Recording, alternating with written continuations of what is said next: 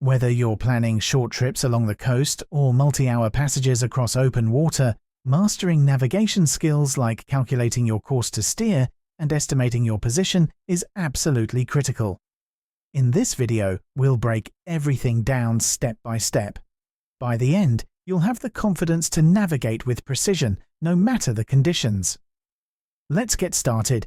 We begin with the concept of tidal streams. Tidal streams are one of the most influential forces on a boat's movement. Imagine them as invisible rivers in the ocean, constantly flowing and shaping your path. These streams are caused by the gravitational pull of the moon and the sun, which create predictable water flows that ebb and flow depending on the tides. But why are tidal streams so important? Well, even a relatively weak tidal stream can have a significant effect on where your boat ends up.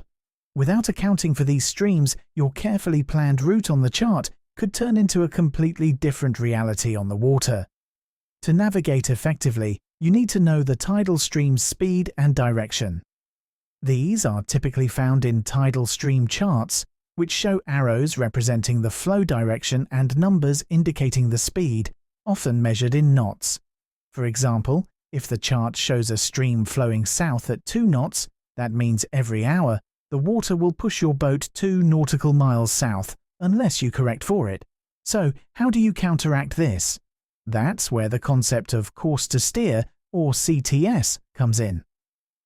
Calculating your course to steer is all about anticipating the effects of tidal streams and adjusting your heading to stay on track.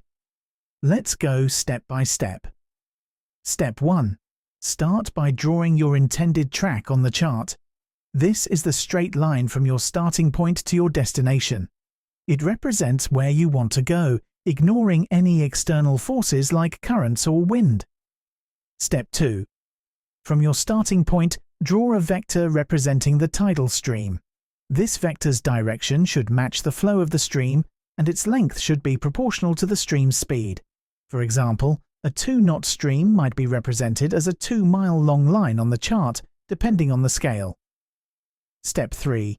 Use a pair of dividers or a compass to draw an arc from the end of the tidal vector. This arc should intersect with your intended track. Step 4. Finally, draw a straight line from your starting point to the point where the arc intersects your intended track. This line represents your course to steer. It's the heading you need to maintain to counteract the tidal stream and reach your destination. Over longer journeys, you'll need to repeat this process for each hour of travel, as tidal streams change direction and speed throughout the day.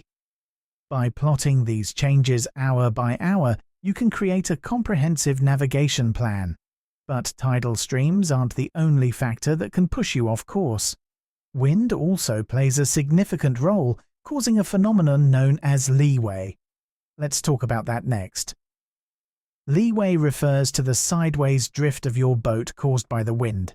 Even in calm conditions, the wind will exert pressure on your sails and hull, pushing you slightly downwind from your intended path. If uncorrected, this can lead to significant deviations over time.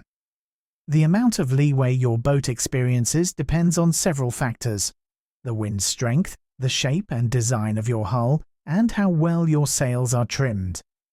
For example, a lighter boat with a tall mast and large sails will typically experience more leeway than a heavier, lower-profile vessel. To correct for leeway, you simply adjust your course based on the wind's direction and your tack. On a starboard tack, subtract the leeway angle from your heading. On a port tack, add it. For example, if your heading is 270 degrees with a leeway angle of 10 degrees on a starboard tack, your corrected heading, or wake course, will be 260 degrees. Leeway is particularly important when navigating in tight channels or near hazards, where even small deviations can have serious consequences. Now, let's combine everything we've learned so far and move on to estimating your position.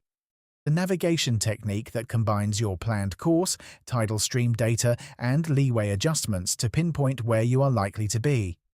It's an essential backup skill, especially if your GPS fails. The process starts with your dead reckoning position, or DR. This is based solely on your course steered and the distance you've travelled. To calculate your EP, you begin with your DR position and then apply corrections for tidal streams and leeway. First, plot your DR position on the chart. Next, draw a tidal vector from this point to account for the stream's movement during the time you've been sailing. Add a leeway vector if necessary. The final position, after accounting for these adjustments, is your estimated position. Keep in mind that your EP is only an estimate.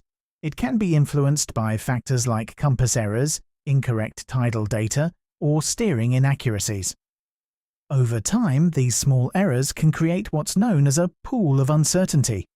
Let's explore that concept in more detail. Even with careful planning, navigation is rarely perfect. Errors can creep in from multiple sources. Your compass might be slightly off, your speed log might be inaccurate, or your tidal data might not reflect real-world conditions. Over time, these errors accumulate, creating a growing area of uncertainty around your estimated position. This is why it's so important to cross-check your position regularly using GPS, visual bearings, or other methods. One useful tool for minimizing errors is the 1 in 60 rule. This rule states that for every mile traveled, a 1-degree error results in being 1 mile off course after 60 miles. It's a simple yet powerful way to visualize the impact of small inaccuracies. By understanding and accounting for these factors, you can stay on track and reduce the size of your pool of uncertainty. Regular position checks combined with accurate chart work and course corrections are the keys to safe and confident navigation. By combining these techniques, calculating your course to steer, correcting for leeway, and plotting your estimated position, you'll master the art of navigation. These skills form the foundation of safe and efficient sailing, whether you're crossing a calm bay or navigating through challenging tidal waters. If you liked this video, make sure to click subscribe and check out the other videos in the series for a complete understanding of navigating the seas.